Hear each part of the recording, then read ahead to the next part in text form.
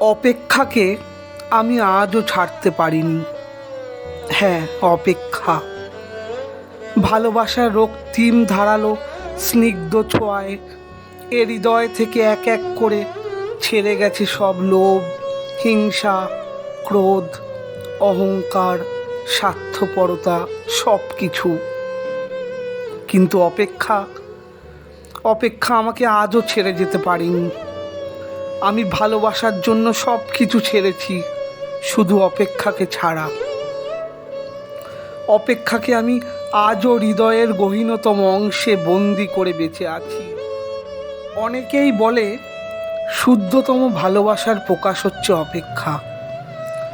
ভালোবাসতে সবাই পারে, কিন্তু সবাই প্রিয়তমার জন্য অপেক্ষা করতে পারে না।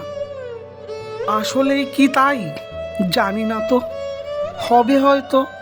তবে অপেক্ষার কাছে আমি অনেক ঋণী।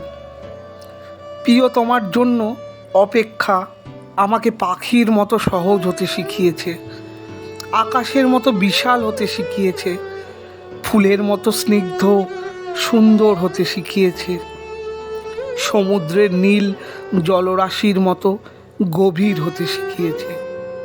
শেষ পর্যন্ত অপেক্ষা আমাকে কবিতার মায়াবী অনিন্দ ভুবনের কাছে নিয়ে গেছে।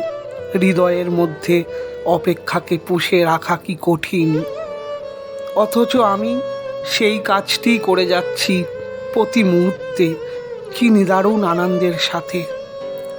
আহ, অপেক্ষা, তুমি কত বেদনার্ত সুন্দর।